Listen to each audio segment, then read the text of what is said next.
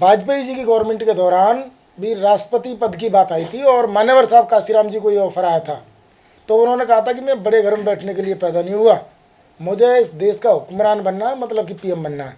तो हमारी party Bahujan Samaj party, साहब काशीराम जी और बहन मायावती जी इस देश में प्रधानमंत्री के लिए संघर्ष करते रहे हैं और आगे भी जो सीट पे आएगा उसी सीट के लिए संघर्ष करेगा। प्रधानमंत्री कैसे बनोगे या सीएम कैसे बनोगे? देखिए, एक सीट से 10 सांसदों से। देखिए, आप कहोगे कि भाई एक सीट से कैसे आप जो है पीएम बनोगे, सीएम बनोगे, तो एक सीट तो अब से पहले जब ये जो भारतीय जनता पार्टी का एक टाइम ये भी था कि इनकी भी 2 सीटें थी, एक दौर इनके साथ भी था, और चुनावों में हार जीत लगी रहती है, कभी कोई दल जीतता कभी कोई दल हारता है। सर दौर बदल गए, हम जमाने बदल गए, समय बदल गया, आप लोग नहीं बदले। तो ये दौर क्या बना रहेगा?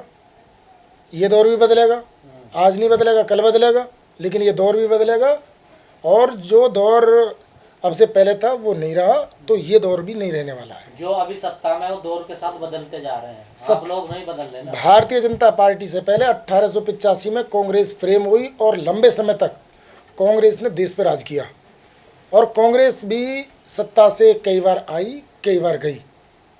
बीच में सन 77 और उसके आसपास में ये माना जा रहा था कि कांग्रेस का एकदम से फॉल डाउन हो गया है और अब वो लौट के आने वाली नहीं है, लेकिन उसने कमबैक किया। तो कांग्रेस से ज्यादा पावरफुल नहीं, हो गए आप लोग? नहीं, आप सुन लो इस बात को कि उन्होंने कमबैक किया।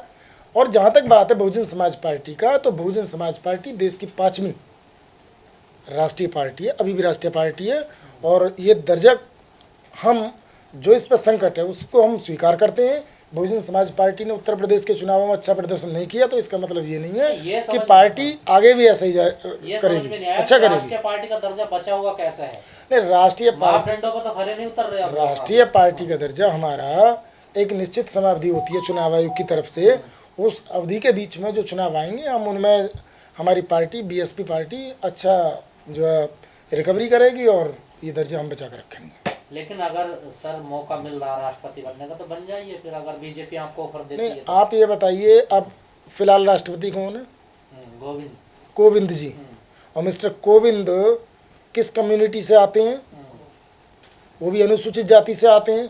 अनुसूचित जाति से आने वाला राष्ट्रपति जो इसी बीजेपी सरकार का बनाया हुआ है, कहाँ कहीं प्रभावी हुए, कितने दंगे हुए, कितने अत्याचार हुए, कितना रिजर्वेशन पे और कॉन्स्टिट्यूशन पे कितने हमले हो रहे हैं, राष्ट्रपति क्या कर पा रहे हैं? राष्ट्रपति कोई भी बने, राष्ट्रपति कोई भी बने, दरअसल राष्ट्रपति, भारत का जो राष्ट्रपति होता है वो एक रबर स्टंप होता है जो जिसे सरकार उठाती है और लगाती है। तो फिर क्या बनोगे बहन जी? मान्य बहन मायावती जी उत्तर प्रदेश राज्य की 4 बार की मुख्यमंत्री रही हैं। बहुजन समाज पार्टी जो देश की 5वें नंबर की सबसे बड़ी पार्टी है उसकी राष्ट्रीय अध्यक्षा है। उनकी लड़ाई स्टेट के सीट्स की और यूनियन के सीट्स की लड़ाई है। अखिलेश यादव ने खुद कहा कि मैं भी चाहता था बहन जी प्रधानमंत्री बने, मैंने 2019 में गठबंधन इसलिए किया। बिल्कुल बिल्कुल हम मानते हैं आपकी बात को, अखिलेश जी ने ये बात चाही थी, लेकिन अखिलेश के जो समर्थक हैं, उनकी जो पार्टी का वोटर है वो नहीं चाहता। अगर उनका वोटर चाहता तो ये गठबंधन जो अब से पहले जो लोकसभा का 19 का जो चुनाव हुआ उसमें उत्तर प्रदेश की 80 सीटों में से 65 सीटें गठबंधन जीतता। आपको नहीं लगता जितना हमलावर बहन जी आज अखिलेश यादव पे हो रही है, सपा पे हो रही है, अगर इतना हमलावर बीजेपी पे होती तो कुछ और ही नतीजा? नहीं, मुझे ये नहीं समझ में आता कि आप सपा की तरफ हमले देखते हो, जो बहन जी ने भारतीय जनता पार्टी पे उनको नागनाथ बोल करके और कांग्रेस को सांपनाथ बोल करके जो हमले किए, उनको आप क्यों नहीं देख पा रहे हो? ये तो देखना चाहिए ना।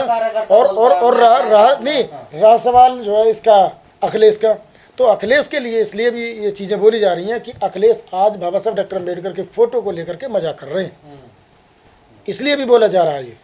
अच्छा, ये जो राष्ट्रपति बहन जी को राष्ट्रपति बनाने की जो बात चली है वो क्यों चली है और इसके पीछे की क्या मंशा हो सकती है? नहीं, ये एक प्रोपोगेशन है। आप समझते हैं कि लोगों को एक नैरेटिव सेट करना होता है कि आप ये बता दीजिए कि हम ये फल इनको देने वाले हैं।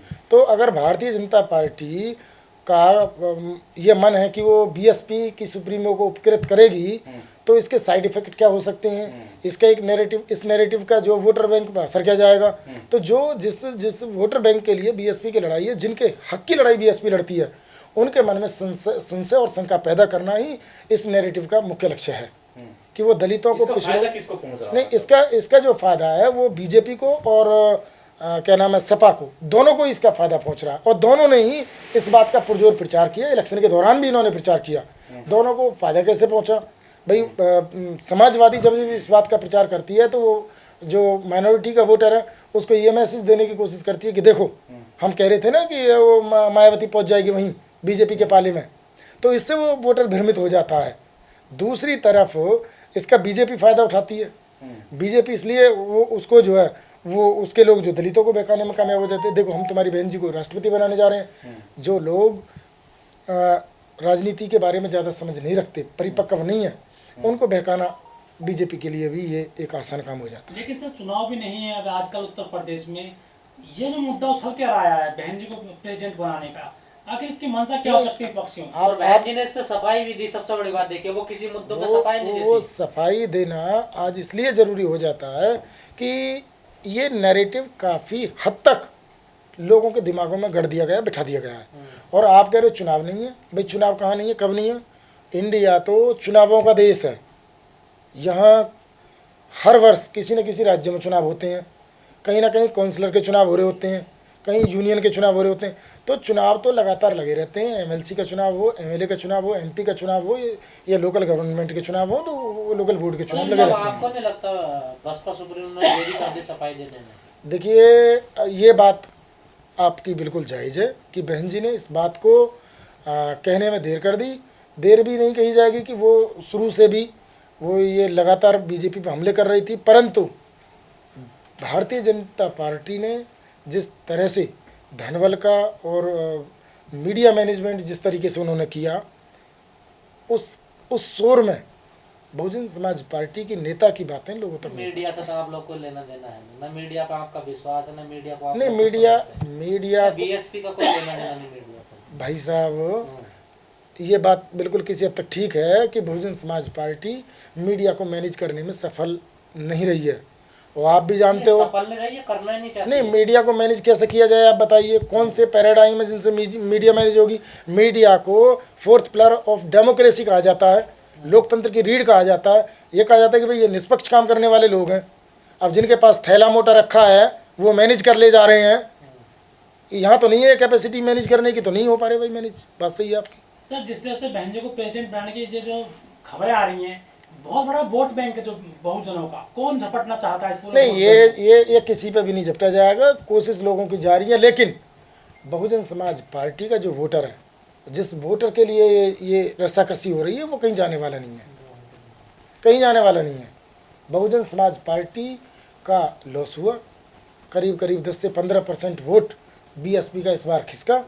इस पर मूल्यांकन इसका किया जा रहा है, समीक्षा इसकी की जा रही है कि कौन कौन से ऐसे कारण रहे, और निश्चित ही इसमें ये एक प्रभावी कारणों में से एक रहा है कि ये बताया गया कि किस तरीके से जो है बहन जी को राष्ट्रपति बनाया जाएगा और उसका नुकसान होगा। अखिलेश इसलिए बयान दे रहे हैं क्या, जो मुस्लिमों की जो नेता हैं वो नाराज नजर आ रहे नहीं, हैं? मुस्लिमों के जो नेता नाराज नजर आ रहे हैं, मुस्लिम नेताओं के आज आप बयान सुन लो, मुस्लिम बुद्धिजीवियों के आप लेख पढ़ लो। आज उन्हें एहसास हो गया कि जिस यूनिटी के साथ में उत्तर प्रदेश का जो मुस्लिम जो वोटर है समाजवादी पार्टी के साथ में खड़ा रहा, अब से पहले शायद ही उसने कभी समाजवादी को इतना वोट दिया हो। और वो कह भी रहे हैं कि भाई हमने इस बार एक राय होकर के समाजवादी को वोट दिया, परंतु परिणाम इसके उलट रहा। अगर हमने यही वोट बहुजन समाज पार्टी के पक्ष में दिया होता तो आज बहुजन समाज पार्टी सत्ता में होती। और दूसरी बात ये, चलो भाई आप सत्ता में नहीं आए, समाजवादी को वोट दिया, वो सत्ता में नहीं आई, उनके 125-150 विधायक आए। आज जब बुलडोजर चल रहे हैं, उन पर हमले हो रहे हैं, उनके पेट्रोल पंप उखाड़ दिए जा रहे हैं, और उनके जो भी छोटे मोटे कारोबार धंधे हैं उन पर जब हमले हो रहे हैं, उनके नेताओं पर हमले हो रहे हैं, तो वो दल जिसके लिए उन्होंने यूनिटी के साथ में वोट दिया उनके साथ खड़ा नज़र नहीं आ रहा। उनकी अपनी राय है, और वो जिसको आदमी वोट देता है उससे सवाल भी करना जानता है।